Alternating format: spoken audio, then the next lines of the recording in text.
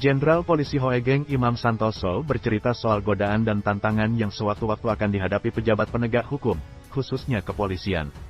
Banyak pejabat yang kaya raya karena tidak tahan godaan suap, yang kemudian kata Hoegeng membuat pledoi kekayaan didapat karena persahabatan, pemberian cuma-cuma, sukarela dan semacamnya. Saat menjabat Kapolri, Hoegeng mengaku pernah digoda wanita cantik asal Makassar.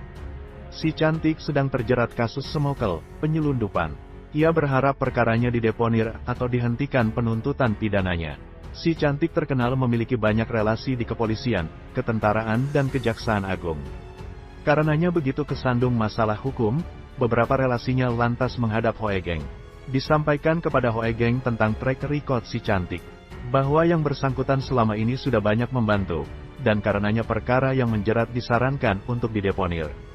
Ia sudah membantu banyak tokoh penegak hukum, antara lain juga dari kepolisian, kata Hoegeng menirukan relasi si cantik dalam buku Hoegeng Polisi Idaman dan Kenyataan, 1993. Mendengar alasan itu Hoegeng terheran-heran. Hukum biarlah tidak tegak atau tidak ditegakkan demi kepentingan beberapa personel pejabat negara. Ia melihat suatu kenyataan yang menyedihkan. Karena yang menghadap ada yang kenal baik, saat itu Hoegeng memberi jawaban normatif. Ia mengatakan sebelum mengambil keputusan dirinya akan mempelajari kasus terlebih dahulu. Tidak berhenti sampai di situ. Pada hari berikutnya, di tengah mempelajari kasus, Hoegeng tiba-tiba mendapat telepon dari Mary, istrinya. Dikatakan bahwa ada tamu yang datang ke rumah dan meninggalkan banyak hadiah. Si tamu juga meninggalkan alamat. Melalui saluran telepon Hoegeng meminta istrinya untuk tidak menyentuh hadiah itu sebelum dirinya pulang.